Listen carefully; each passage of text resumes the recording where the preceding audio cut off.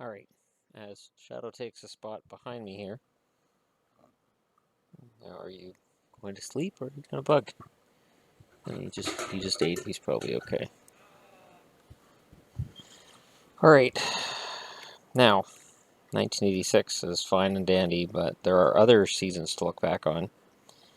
They say if you don't learn world history, you're doomed to repeat it. So, let's see if the NHL learned from it, or if they repeated it, shall we? And something else too that they've got in here, and that's all the logos for the 6 expansion teams in 1967. And it's funny because before the 67-68 season preview, or review, I should say, they go through all the teams, and it's all the classic logos, and the Rangers, and the Blackhawks, and the Leafs, and your original 6. And it is really jarring when you get to this part of the book, and then you see those colors. And it even says underneath, these patches show off the NHL's 6 new teams. Bright colors are certainly the flavor of the day. So with the Flyers, you've got orange. With the North Stars, you've got bright green. With California, you got green and a navy blue. The Kings, of course, you have the gold and the purple. Royal blue, sorry. The Blues are gold and blue, and the Penguins, gold and black. Which, of course, later they'd have to go to court and argue that they were allowed to have because the Boston Bruins stated that those were their colors. The Penguins' jerseys initially were not that color. They were the teal blue, for lack of a better term. Almost, basically this blue. A little lighter, like a powder blue. Their first few seasons in the NHL, and then they went to the black ones in the 80s. As I said, after they had a bit of a court case with the Boston Bruins about it, because at the time, every team had to have its own color scheme. And it's funny because, honestly, I think that's a good rule to have. And I think it would be interesting to see what teams would come up with if they had to have their own color schemes. All right. Let's go ahead and read up on the 1967. I'm getting the fan in the headset again. Yes. It's not really hot in here. I mean, it hasn't been hot for weeks. It's just stuffy. Sort of stuffy in here. And I'd open the door to my deck, but neighbors have dogs. I have cats. Therefore, the cats would lose. And I don't feel like going to the vets, even though I got a vet right next door. So it's handy, but I'd rather not. Okay, the Grand Expansion, 67 to 79. And this is key because you got to think about expansion now. The NHL lost its innocence by doubling in size, watering down the talent. The game grew, but should have become much more. At a time when billionaires are at odds with millionaires on how to parse the revenues of a $3.3 billion industry, it's entirely understandable to view those who run hockey as myopic and greedy. Perhaps the only consolation can come in the knowledge that the highest powers in the game were even more so 5 decades ago, in the time before the league doubled in size and underwent a frenetic transformation. Nothing of its kind was seen before or since. About the only thing that remained constant in the NHL between 1967 and 1979 was the excellence of the Montreal Canadiens, who captured 8 of 13 Stanley Cups. After the Toronto Maple Leafs upset the Montreal Canadiens in the final in 1967, the Hockey News declared the Toronto Maple Leafs are becoming almost as proficient at winning the Stanley Cup as the Montreal Canadiens.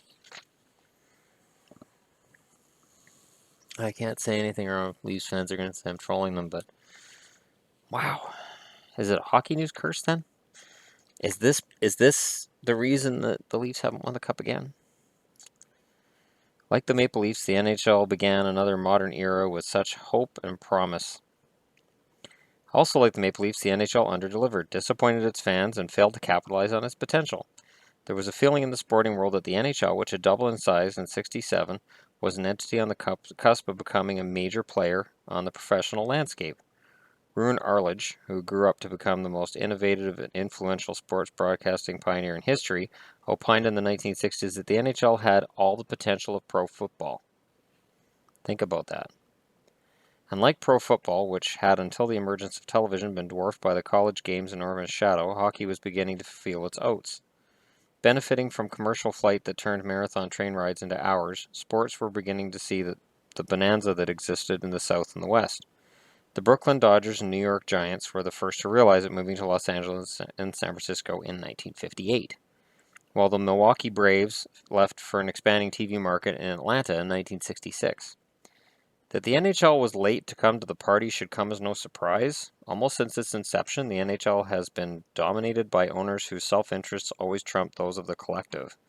That was no more evident than the early days of the NHL, a league which had operated under the iron grip of 5 old money families whose monopoly over the sport brought them enormous riches. They were the Molsons in Montreal, the Norris family in Detroit and Chicago, the Adams family in Boston, the Kilpatricks in New York, and the Smythe family in Toronto. Despite opportunities and no shortage of suitors, those who ran the league rebuffed all interlopers, largely because they didn't think it would be in their best interest to expand. NHL President Clarence Campbell often pointed out that making the league bigger would not sell a single ticket in the original 6 markets because all those tickets had been sold anyway. But the NHL did finally decide to expand in an effort to achieve 2 goals: to thwart any possibility of a rival league and to pursue a national television contract. It failed miserably on both accounts. By 1972, the World Hockey Association was born and began to poach established star players, along with opening the door to European talent. The NHL, meanwhile, has never been able to gain a legitimate foothold on network television in the United States, and that is true, even now. But after years of stubbornly maintaining only 6 teams, the NHL grew at a dizzying rate. 3 years after the league doubled in size, the Buffalo Sabres and Vancouver Canucks were added, followed by the New York Islanders and Atlanta Flames 2 years after that. In 1974, the Kansas City Scouts and Washington Capitals came aboard, and within 8 years, the league had tripled in size. After Cleveland and Minnesota merged, the NHL absorbed the 4 healthy franchises from the dying WHA to bring its membership to 21. Interestingly enough, Cleveland and Minnesota merged to become the Minnesota North Stars. In 1991, members of the Minnesota North Stars were given to the San Jose Sharks because Minnesota was still being treated as if it was 2 teams instead of 1. Little known thing. I would think, for today's day and age. It was a weird thing back then. I was like, wow, so Minnesota's still considered 2 franchises because they can't win as 1. There were benefits and growing pains to the maturing process. For the players, it planted the seeds of autonomy and freedom and started the pendulum swinging enormously in their favor. Wildcat strikes by players on the Springfield Indians in 66 and 67 against tyrannical owner Eddie Shore gave rise to the NHL Players Association. The WHA and the court's rulings against the reserve clause, which tied players to their NHL clubs, gave players the freedom to shop their services and cut their own deals, and many of them hired agents to do that. Stan Mikita, one star player who did not jump to the WHA, said every morning he bowed in homage to Bobby Hull for securing his $1 million contract with the Winnipeg Jets and raising the wages of every player in the game.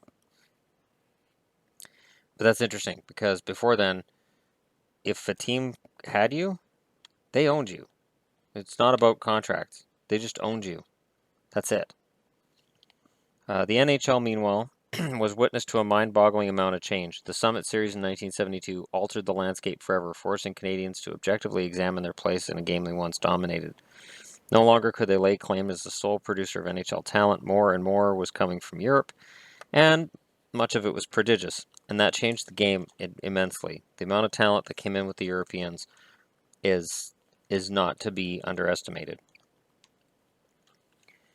But the Euro influx still wasn't enough to support the need for quality players in 2 bloating professional organizations in North America. In just 8 years in North America, professional hockey had grown from 6 years in 1 league, employing 120 players, to 32 teams in 2 leagues with 640 players. There's little doubt the product was diluted, but it also led to marginal players having a much bigger mark on the game. No. Before you say it, no. That's not the point I'm getting at. Fighting and intimidation were undoubtedly a staple in the game. Okay, I'll go back to the sentence before. There's little doubt that the product was diluted, but it also led to marginal players having a much bigger mark in the game. And as a result, the Broad Street Bullies were born. The Philadelphia Flyers were an up-and-coming team that had some impressive top-end talent, but also roster was chock full of lesser talents who could intimidate. Sensing he could gain a competitive advantage, coach Fred Shiro went out to indelibly change the complexion of the game with that team. Fighting and intimidation were undoubtedly a staple in the game, But until then, the vast majority of fights and acts of violence were the products of an emotional game played at a high speed by men with an abundance of competitive juices. Gordie Howe was just as likely to fight as John Ferguson. But Shiro and the Flyers were the first team to use fists and fear as a tactic to win games, giving birth to the goon and enforcer, a role still prominent in today's games. It's dying, though. It brought the Flyers instant success in the form of 2 consecutive Stanley Cups and created a culture of violence that is still the norm in the game 40 years later. In his book, The Game, Hall of Fame goaltender Ken Dryden gave his appraisal of what the Flyers did to the game. They were bullies. They showed contempt for everyone and everything. They took on the league, its referees, and teams. They took on fans, cops, the courts, and politicians. They searched for weakness, found it, trampled it, then preened with their cock-of-the-walk swagger. For 2 years, they were kings of the mountain. Not many years from now, those 2 years will be symbols of the lost decade. The 1960s and 70s will be remembered as a period of unbridled and unprecedented growth by the NHL, but they'll also be remembered as an opportunity lost, probably forever. Yeah. My point is this. The NHL is expanding to 31 teams. And I hear about, it's going to dilute talent. No. Back then, you had 32 teams, mostly North Americans. There were some Europeans, but there's no Russians, no Czechs, no Slovakians. In fact, there were one country known as Czechoslovakia. And other than some Swedes, a couple Finns, some Germans, it was a league that was mainly Canadian. Americans weren't playing the game in the numbers that they are now, or in the areas that they are now either. I think for those of us, myself included, who for years was move the Coyotes, Austin Matthews kind of stands out as somebody to shut me up. Because by keeping the Coyotes there and by encouraging grassroots hockey to grow in the Phoenix area and in Arizona in general, a guy like Austin Matthews exists. Seth Jones picked hockey, in part because hockey existed in markets it didn't before, namely Denver. The NHL is the healthiest it's ever been. When it did its expansion back in the 60s or 80s, it was not so much. And I'm old enough to remember how bad some of the players were. And this goes back to the video I did earlier where I'm talking about how you used to be able to say players were bad. And it's interesting how that magazine states, right, flat out, the Flyers knew the best way to win was with goonery. And I'm kind of glad that's out of hockey. I don't mind a fight here and there. I don't. But a guy who's just on the team to fight, the Colton Orrs of this league, their time has passed.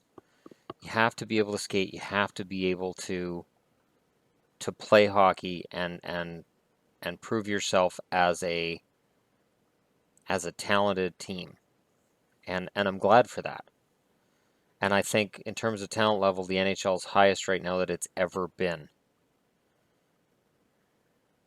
There were always guys back in the 80s that I would kind of make jokes about how slow they were, how useless they were. And you still see that now, but not like then. It's not now anywhere near what it was then. The competitive balance in the NHL is huge. And that's why, as much as I look at, say, again, I'm just going to throw them under the bus, the Carolina Hurricanes, there are other people who can look at the Hurricanes roster and say, no, I can see them getting better. And they could be right. The NHL now, compared to the 67 expansion, is much healthier. And everybody always craps all over Gary Bettman. Bettman sucks. Bettman sucks. Bettman is the scourge of the NHL, and they boo every time he comes on the ice. It's not up to him. The owners control the game. In Boston, Jeremy Jacobs, he has a very big say in what happens. And if he doesn't want something to happen, odds are it probably doesn't. There are certain owners who have that kind of clout with the NHL. And Bettman's power is very, very little. Basically, what Bettman can do is he can come up with a plan, present it to the owners, and then the owners say, yeah, okay, Gary, or you're full of crap, Gary. It's a lousy idea. And it honestly is, it's not Bettman's fault. And I wish I had his job. Because honestly, I can handle having hockey fans boo me for just being a basically talking head for the owners. That's fine with me. I wouldn't mind that at all.